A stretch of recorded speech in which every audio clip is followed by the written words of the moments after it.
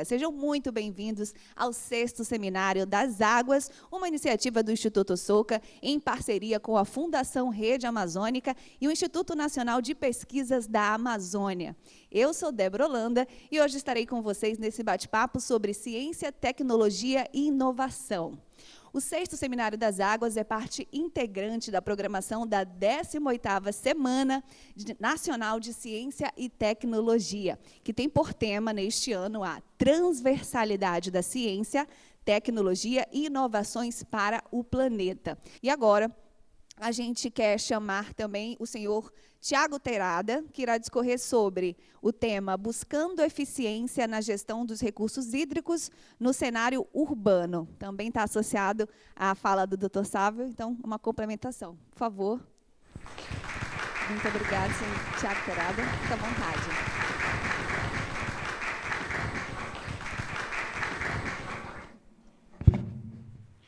Bom dia a todos. Dr. Sávio, parabéns pela apresentação. E é um grande desafio, né? Quer dizer, no final do dia, o que você mostrou aqui é um pouco do nosso desafio também. Então, vou tentar interagir um pouquinho com a apresentação do senhor, né? E falar um pouquinho aqui quais são os nossos grandes desafios, né? Não só como Manaus, né? Mas como a política pública necessária para que isso, de fato, aconteça, né? Então, a Águas de Manaus hoje é responsável. A gente está há 3 anos na capital, né? Assumimos recentemente o sistema e desde então a gente vem trabalhando e investindo para que, de fato, os desafios do contrato e os desafios do marco legal do saneamento sejam cumpridos, né? Nós recentemente no país tivemos uma atualização desse marco legal, né? Ele veio do Plan SAB, veio de outros processos.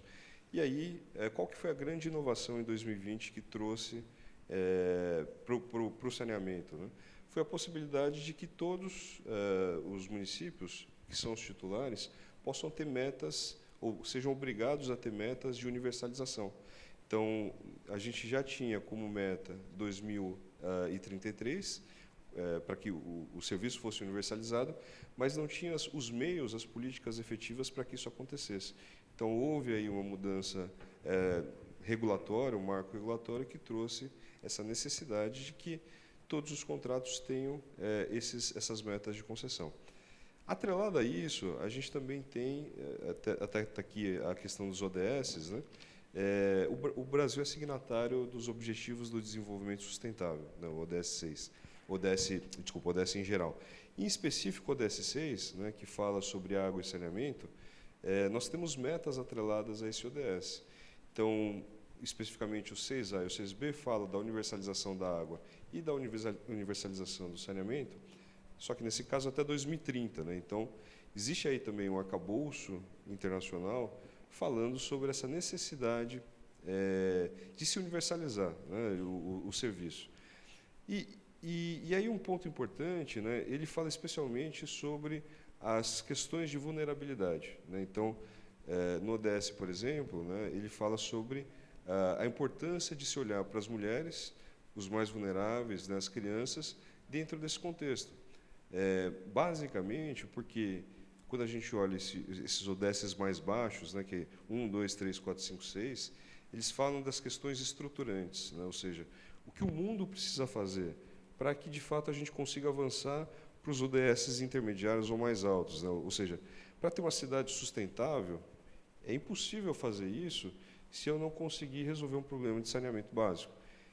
Para ter economia verde, é impossível fazer isso se eu não resolver o problema da fome, enfim. Então, tem uma série de questões básicas, né, que são necessárias resolver antes para que, de fato, a gente consiga avançar posteriormente nos outros objetivos que o país se comprometeu.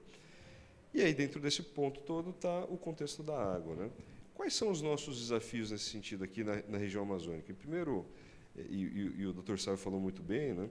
A gente está sentado sobre a maior bacia hidrográfica do mundo, né? Quer dizer, nós temos aqui o Rio Negro, temos o Rio Amazonas, temos, enfim, uma série de bacias hidrográficas que nos causam a falsa sensação de abundância, né? De recursos permanentes, perenes, que nunca vão acabar.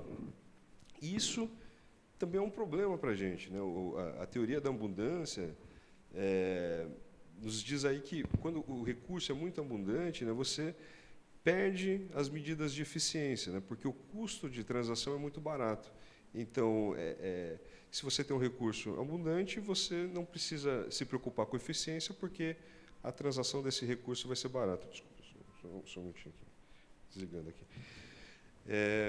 E aí, o que acontece? Então, isso é um falso paradigma, né? Vou dar um exemplo em relação a isso, né? O Dr. Sérgio falou muito bem das águas do Rio Negro, que são ácidas, né?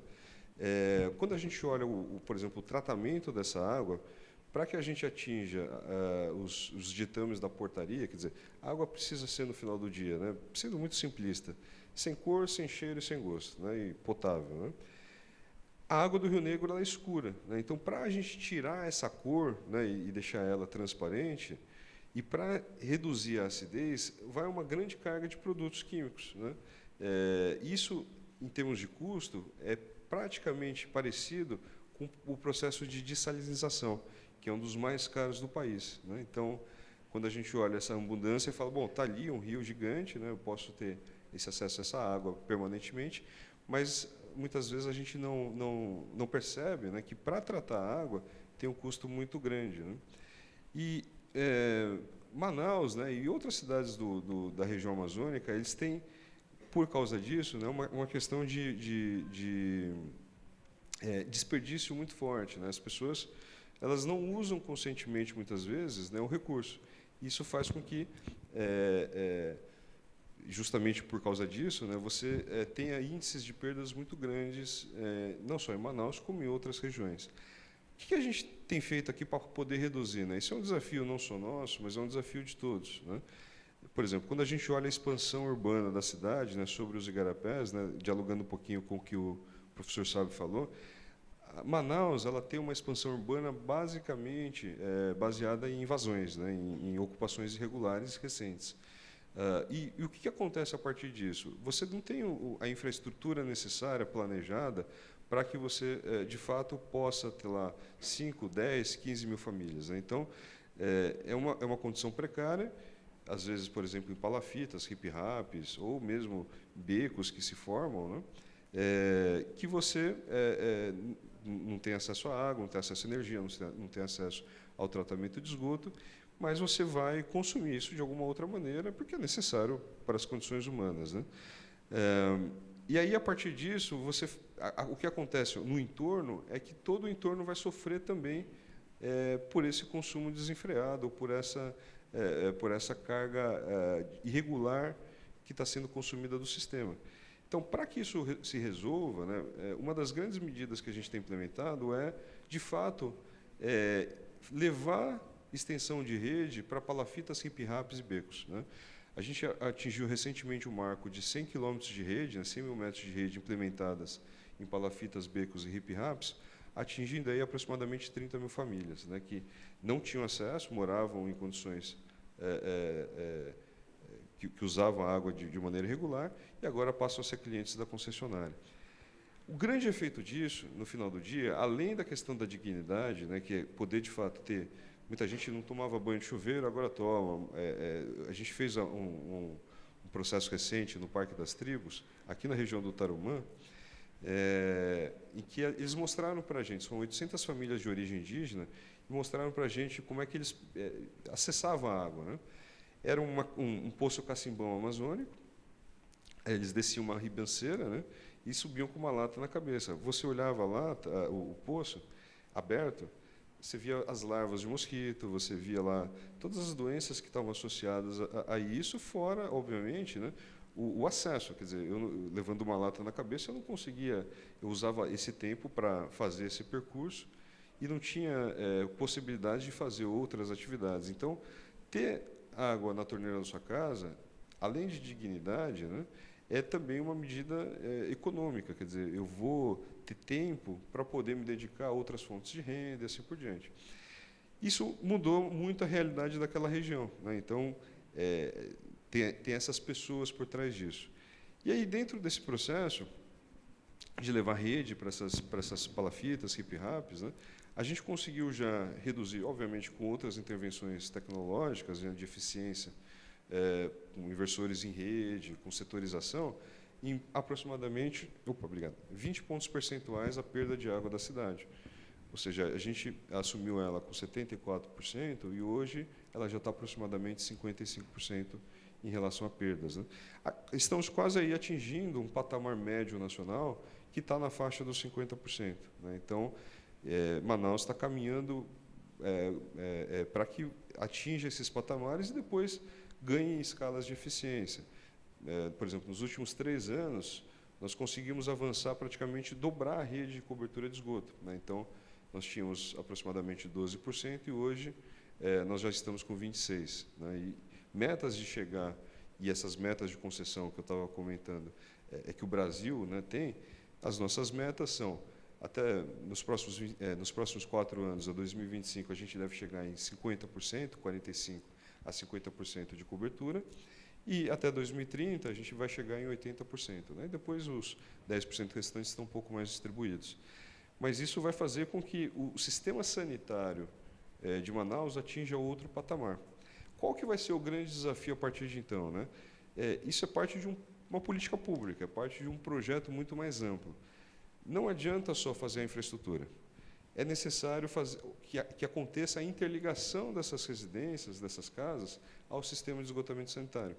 E isso a gente sabe que ainda é um problema, quer dizer, muitas casas não se interligam à rede, então continuam jogando numa fossa ou numa rede de drenagem, e aí o esgoto vai sem tratamento para os igarapés, né? Então, é necessário avançarmos também em controle e fiscalização.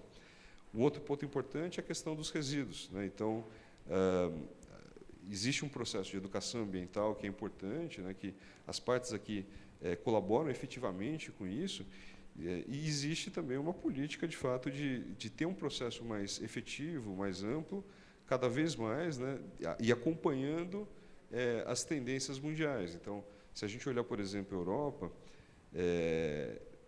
a questão não é mais substituir, né? A questão é como é que eu reduzo, de fato, o uso de recursos, né? Então, eu não estou preocupado ali em substituir o plástico pelo, sei lá, pelo plástico verde ou pelo plástico. Eu estou falando, não vamos ter plástico mais, né? Não vamos ter sacolas plásticas, não vamos ter embalagens, não vamos ter.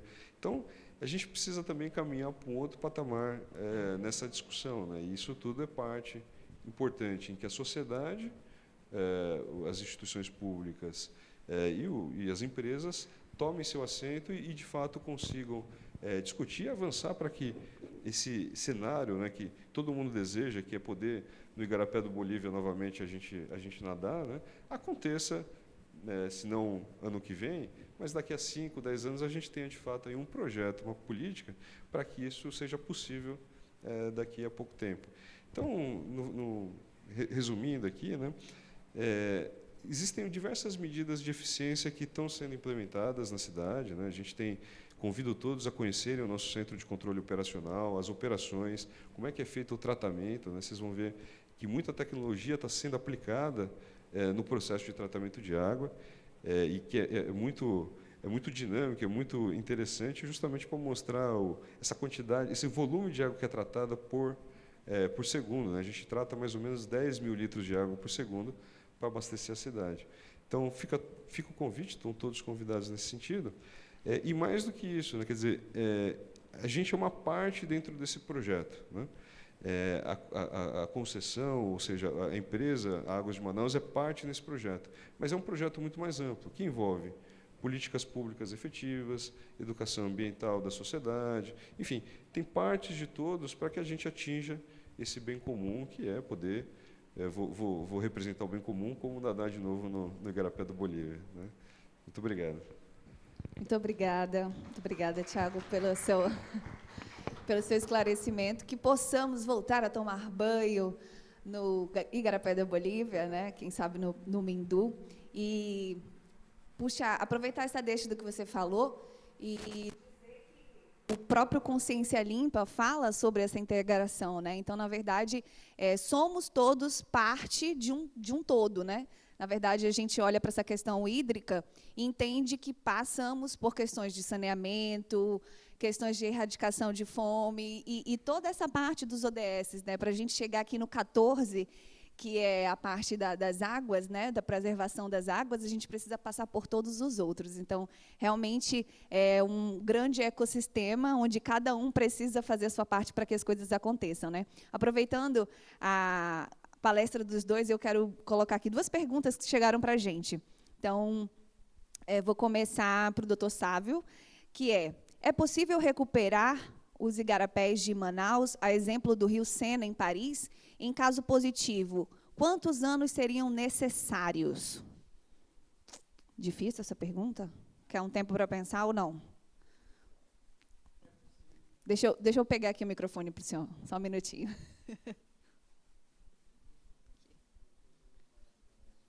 Acho que não vai chegar. O senhor consegue vir aqui, por favor, para responder? Então, é essa pergunta. Conseguimos recuperar, por exemplo, o igarapé da Bolívia ou o Tarumã? E quantos anos seriam necessários para que isso acontecesse? Possível, mas é um custo muito elevado. A exemplo, nós temos o Rio Sena, como você citou, o Tamisa, o rio lá na Coreia do Sul e outros, né, que passaram por um processo de restauração. O termo correto é restauração. Restauração. E dizer que não é logo que para isso, né, que envolve uma parte social, porque muitas pessoas moram próximo ao curso d'água. E para isso precisa recompor a vegetação e é um pouco demorado. Mas possível eu acho que nós temos que olhar. Mas nós podemos também evitar que a urbanização cause danos aos cursos d'água. Isso nós podemos já tentar evitar isso. Para já tentar minimizar, né, essa situação. Que aumente mais. Tá bom, obrigada. Agora pergunta para o Tiago. Quais ações conjuntas podem ser tomadas pelas iniciativas privadas e institutos de pesquisa para auxiliar na gestão dos recursos hídricos em Manaus? Você já falou um pouquinho sobre isso, né? São várias, né? Vou dar um exemplo. Recentemente eu estive no INPA, né, conversando com o professor Adalberto. Ele estava estudando sobre a questão do... Tá. Ele estava estudando sobre a questão do repovoamento de peixes, né, a partir uma quantidade específica de oxigênio que se tem na água, usando para isso plantas amazônicas, né, usando para isso, obviamente, tem todo o sistema de tratamento necessário para que isso aconteça. Enfim, então, o Instituto, o INPA, está imbuído desse desafio, né, de utilizando a tecnologia verde, né, a tecnologia natural, o capital natural, e muitas das espécies que nós temos hoje na Amazônia têm funções, né, específicas que precisam ser adequadas ao nosso ambiente, enfim, mas podem cumprir um papel, uma função importante. Então, essa tecnologia científica atrelada ao desenvolvimento, à tecnologia que vão ser feitos ao longo do tempo, mais a tecnologia social de conscientização, né, de envolvimento da sociedade dentro de um projeto específico, aí sim eu acho que é possível, né? Aí precisa juntar tudo isso, mas não é possível sem uma das partes faltando. E a parte mais importante, obviamente, é a sociedade, né? Quer dizer, seja fiscalizando e controlando, né, o que é dela de direito, seja, de fato, dentro de um processo educativo, né, de usar as estruturas da maneira correta, né, agir de maneira correta, porque é um bem comum que a gente está perseguindo, né, não um bem individual. É isso. Obrigada, doutor Sávio. Obrigada, Thiago.